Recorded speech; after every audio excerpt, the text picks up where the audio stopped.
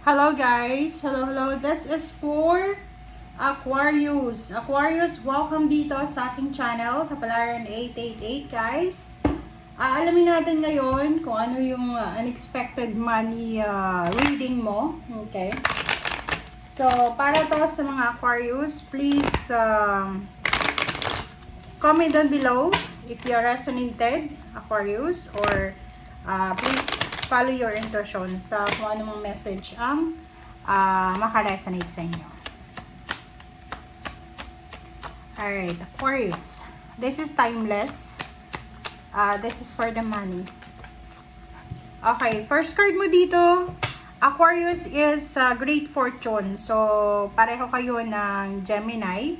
So, sinasabi ng Beras sa'yo dito, expect the unexpected great fortune, windfall of money. So, in any types, any terms, kaperahan siya. Okay? Kaperahan. So, either panalo sa loto, lump sum of money, promotion, may binibenta ka, na posibleng may bibili na napakataas yung presyo. There's an agreement or pwedeng may mga investment, ganyan. So, lahat ng klase ng pagkakapirahan ito. Okay? So, let's check. Ano pa ba, Aquarius, yung message sa'yo ng bara? This is all about money. So, congratulations sa lahat ng Aquarius. If ever you're waiting for a lump sum of money, for a payments, payouts, bonuses, sinasabi ng bara sa'yo na great job. Okay? Nasa tamang direksyon ka. Okay. First card natin is reverse na Queen of Cups. Okay. So, nakikita natin dito, since money yung hahanapin nating mensahe dito, sinasabi ng bara sa'yo dito na huwag tayong masyadong nakafocus sa relationship natin. Okay? So, as much as possible, kung halimbawa na gusto mong umasenso sa buhay, dapat daw balanse. You have your time for yourself, for your family, and also, you have parang sacred time din para sa pagtatrabaho. Kumbaga, balanse lang. Alright, so nakikita natin dito, ang pinaka-focus mo ngayon is about the transformation, the level up. Pwede yung iba sa inyo dyan, plano nyong bumili ng sasakyan, mag-travel, plano nyong magtrabaho sa ibang bansa, or kung ano pa man. And nakikita ko sa'yo dito na sobra-sobra kang confident. Okay? Sobra yung confidence level mo ay nasa maximum level. Sinasabi ng bara sa'yo dito na nararamdaman mo okay? Nararamdaman mo na etong level up na to na darating sa'yo, siya yung magdadala sa'yo ng power. Okay? So, parang ano siya, from rags to riches. Parang siya yung Aquarius na niloko, iniwanan, ng asawa, ng ka-relationship, trinidor, ninakawan, tapos instead na mag-take revenge siya, ang ginawa niya is in-enhance niya yung sarili niya and ginamit niya yung strength para sa pagkakaroon ng financial success. Kumbaga, dinivert niya yung emotional pain papunta doon sa financial success. Okay? Okay, Page of Swords. So, sinasabi ng bara sa'yo na sobra-sobra yung motivation mo talaga. You are super inspired, you are super motivated na hanapin yung financial happiness, hanapin yung financial freedom, which is yung future mo, yung Page of Wands mo, sinasabi ng bara sa'yo na you are super lucky because maraming mga tao, okay, maraming mga tao yung possible na makakatulong sa'yo. So, like for example, marami kang connection, maraming magiging connection ka na makakatulong sa'yo para makuha mo kung ano talaga ang gusto mong makuha sa financial.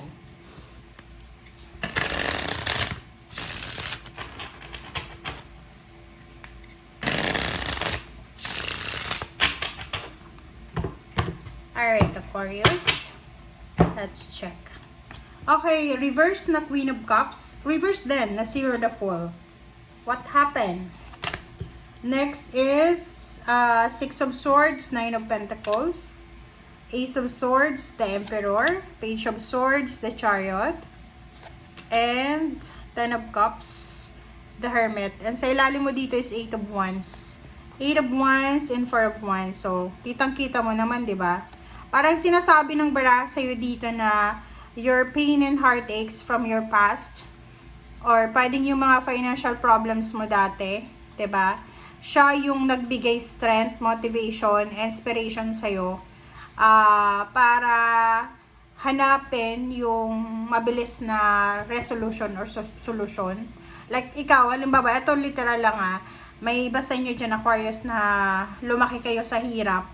Or hindi naman yung sobrang mahirap, pero nag-suffer kayo financially.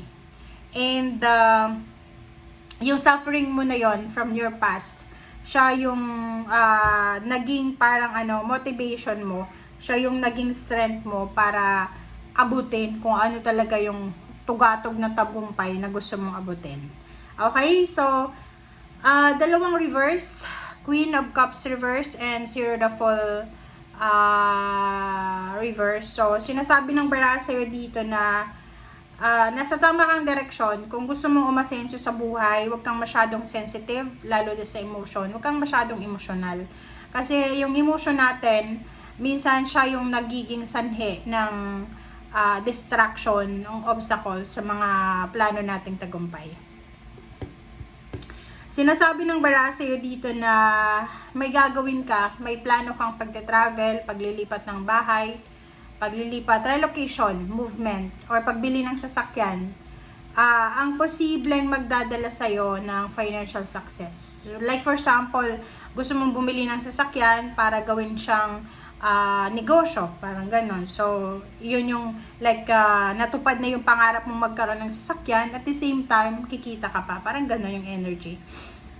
Sinasabi ng bara sa'yo dito, Aquarius, na you need to prepare yourself. Kasi sa mga susunod, like for example, siguro simula ngayong April, marami kang balita na matatanggap na pwedeng makatulong sa iyo and the rest na connected sa iyo, na magkaroon kayo ng financial strength and power. Page of Swords din, sinasabi ng bara sa'yo dito na lahat ng pagdadaanan mo or pinagdaanan mo or gagawin mo, simula ngayon ay may kalakip yan na tagumpay, kumbaga hard-earned success. So, kung yung iba sa inyo dyan, hindi makapag-desisyon kasi nag-iisip ka, baka mag-fail ka, baka hindi ka magtagumpay sa plano mo, sinasabi ng bara sa'yo, huwag kang masyadong mag-panic. Ang importante, sinubukan mo, okay? And pag sinubukan natin, yung gusto natin, wala tayong regrets, okay? And last two cards natin is Hermit and Ten of Cups. So, sinasabi ng bara sa'yo dito, Aquarius, na yung emotional happiness, yung emotional peace, to be followed yan. Ibig sabihin, pag inayos mo daw yung financial mo, stability, financial stability and freedom, yung emotion mo, susunod na lang yan. Okay? Yung parang ganun, domino effect yan eh. Diba? Like, for example, pag marami kang pera, maraming magkakagusto sa'yo para tulungan ka, para maging karelasyon ka. So, hindi ka nag-worry or hindi mo kailangan mag-worry sa relationship. Kasi, sinasabi ng bara sa'yo dito na kailangan mo munang balansehin yung finances mo. Okay? And Eight of Wands, Great Fortune, sinasabi ng bara sa'yo, marami kang possibilities and opportunities, Aquarius, na magkaroon ng good fortune. Yung parang manalo sa loto, makuha sa mga raffle draws, or kung ano pa man siya. But the problem is, minsan, hindi ka naniniwala sa swerte. Yung parang iniisip mo na sa mundong ibabaw, walang swerte. Kung hindi ka kikilos, hindi ka talaga asenso, which is tama naman. But in your case, sa kaso mo, or sa reading mo, sinasabi ng bara sa'yo dito na you are a combination of good fortune, of great fortune, and hard work. Tingnan mo to. The Chariot and the Six of Swords. So, parang sinasabi ng baraha, nasa kamay mo yung swerte, nasa kamay mo rin yung richness and wealth because of your hard work. Okay? So, thank you guys for watching and see you again. Bye!